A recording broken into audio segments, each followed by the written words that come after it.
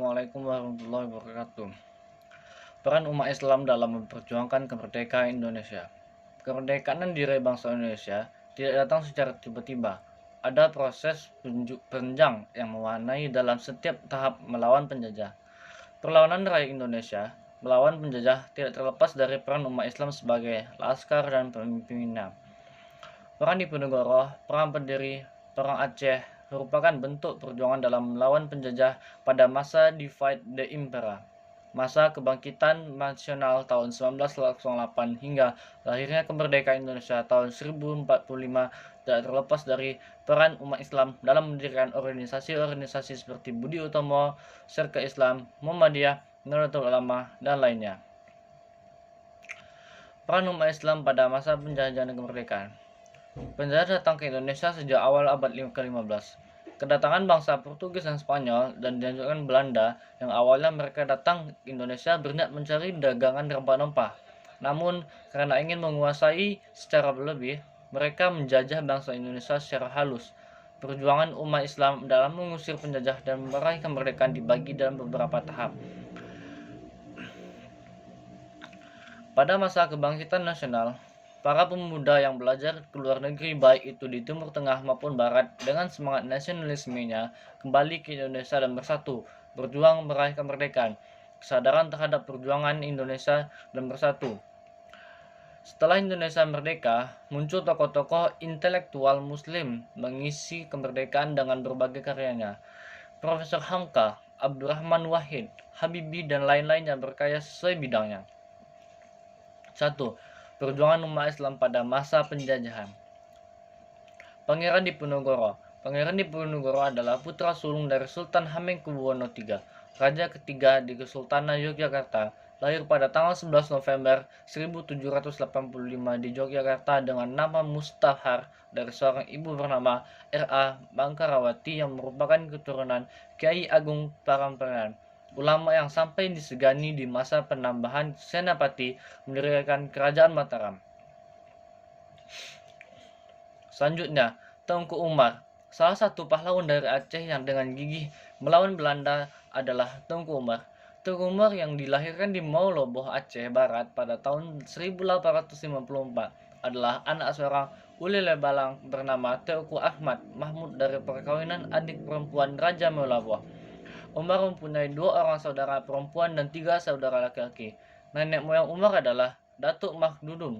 Saya berasal dari Minangkabau. Dia merupakan keturunan dari Laksamana Muda Nanta yang merupakan perkawinan Kesultanan Aceh pada zaman pemerintahan Sultan Iskandar Muda di Pariaman. Ketika perang Aceh meletus pada 1873, Tengku Umar ikut serta berjuang bersama pejuang-pejuang Aceh lainnya. Umurnya baru menginjak 19 tahun. Mulanya ia berjuang di kampungnya sendiri, kemudian dilanjutkan ke Aceh Barat. Pada umur yang masih muda ini, Tengku Umar sudah diangkat sebagai Kuncinga Gampong, kepala desa di desa Daya Molaboh. Pada usia 20 tahun, Tengku Umar menikah dengan Nyak Sofia, anak uli labang Gelombang. Untuk meningkatkan derajat dirinya, Tengku Umar kemudian menikah lagi dengan Nyak Malihi, putri dari Panglima Sagi 25. Pada tahun 1880, Tengku Umar menikah janda Cut Nyak Dian, putri pamannya Tengku Nata Setia.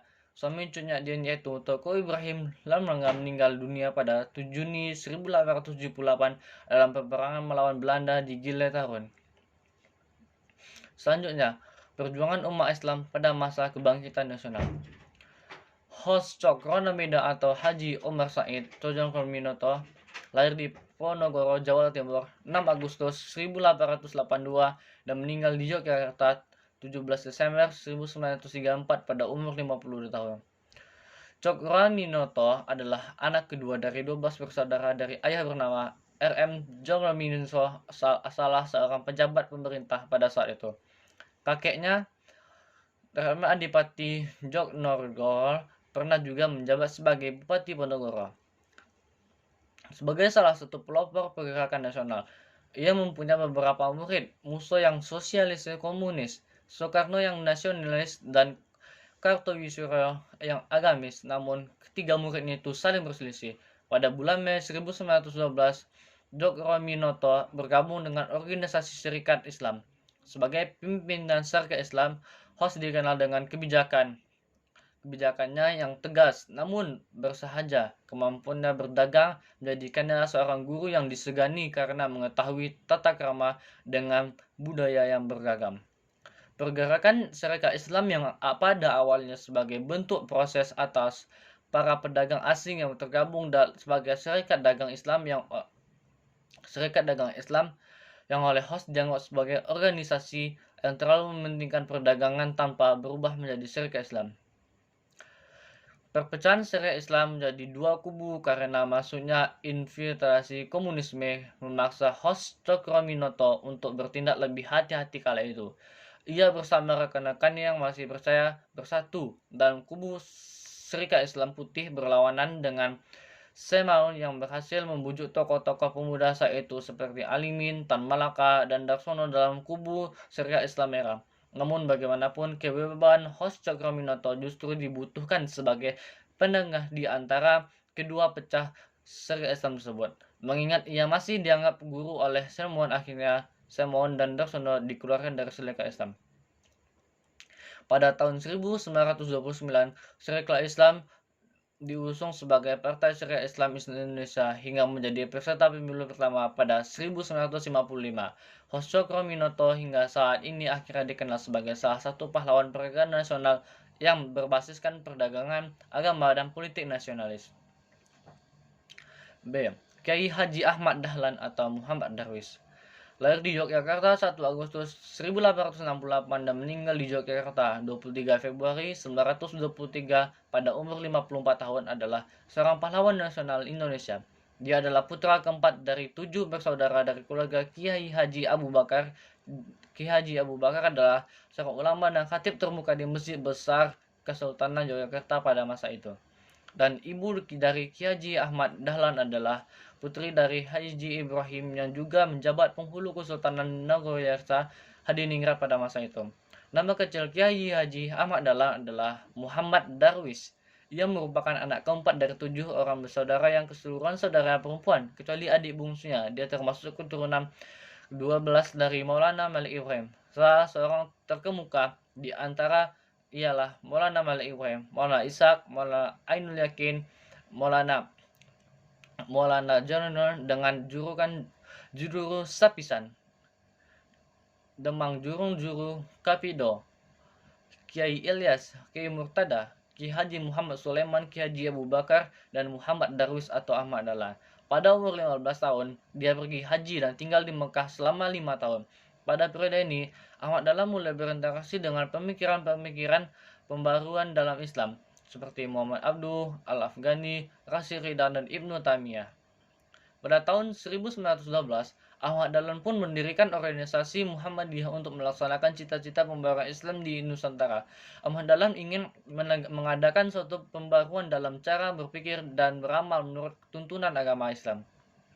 Dia ingin mengajak umat Islam Indonesia untuk kembali hidup menurut tuntunan Al-Quran dan hadis. Perkumpulan ini berdiri ditetapkan pada tanggal 18 November 1912.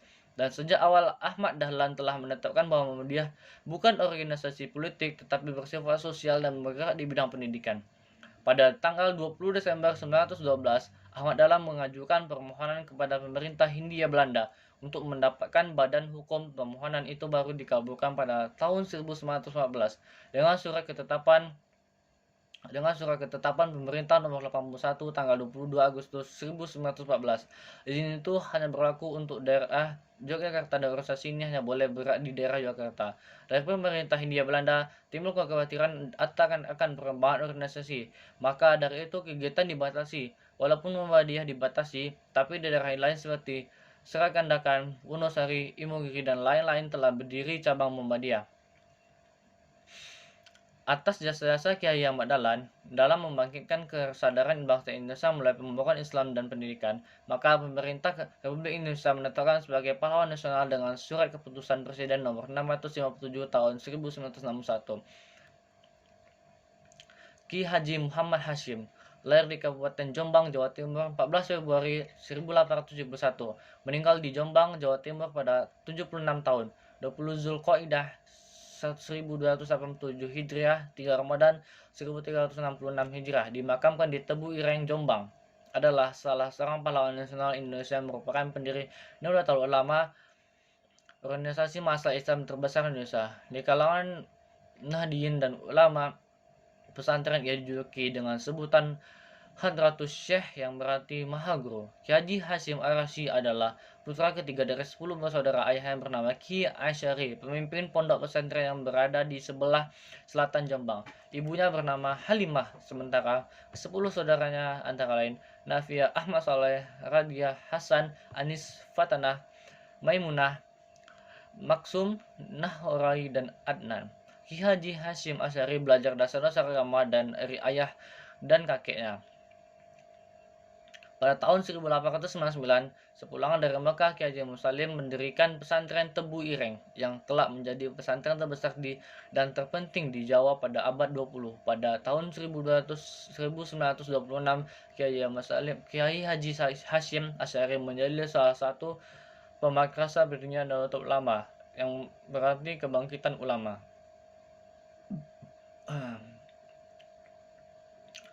Perang umat Islam pasca kemerdekaan. Profesor Haji Abdul Malik Karim Amnullah atau Hamka. Profesor Dr. Haji Abdul Malik Karim Amnullah gelar Datuk Imamullah, populer dengan nama penanya Hamka, lahir di negari Sungai Batang, Tanjung Raya, Kabupaten Agam, Sumatera Barat, tanggal 17 Februari 1908. Beliau meninggal di Jakarta pada umur 73 tahun. Beliau adalah seorang ulama dan sastrawan Indonesia. Ki Haji Abdurrahman Wahid atau Gus Dur. Abdurrahman Wahid atau yang akrab disapa Gus Dur lahir di Jombang, Jawa Timur 7 September 1940. Beliau adalah tokoh muslim Indonesia yang menjadi presiden Indonesia yang keempat dari tahun 1999 hingga 2001. 3. Profesor Dr. Ingin Haji Bakaruddin Yusuf Habibie. Profesor Dr. Ingin Haji Bakaruddin Yusuf Habibie lahir di Parepare, Sulawesi Selatan 25 Juni 1936. Meninggal di Jakarta pada umur 83 tahun. Beliau adalah Presiden Republik Indonesia yang ketiga sebelum B.J. Habibie menjabat sebagai Wakil Presiden Indonesia ke-7. Menggantikan Tri Sutrino, B.J. Habibie menggantikan Soeharto yang mengundurkan diri dari jabatan presiden pada tanggal 21 Mei 1998. Hikmahnya adalah kita dapat menjadi kegiatan para pejuang dan menunjukkan kemerdekaan Indonesia. Sebagai generasi penerus kita untuk berperilaku cinta tanah air. Ajarkan kepada diri kita untuk tetap menjaga persatuan dan kesatuan demi keutuhan bangsa negara. Dan menyadari bahwa perjalanan sejarah perlu kita jadikan sebagai pemikiran dan peneladan terutama dalam hal perjuangan para pejuang kemerdekaan. Assalamualaikum warahmatullahi wabarakatuh.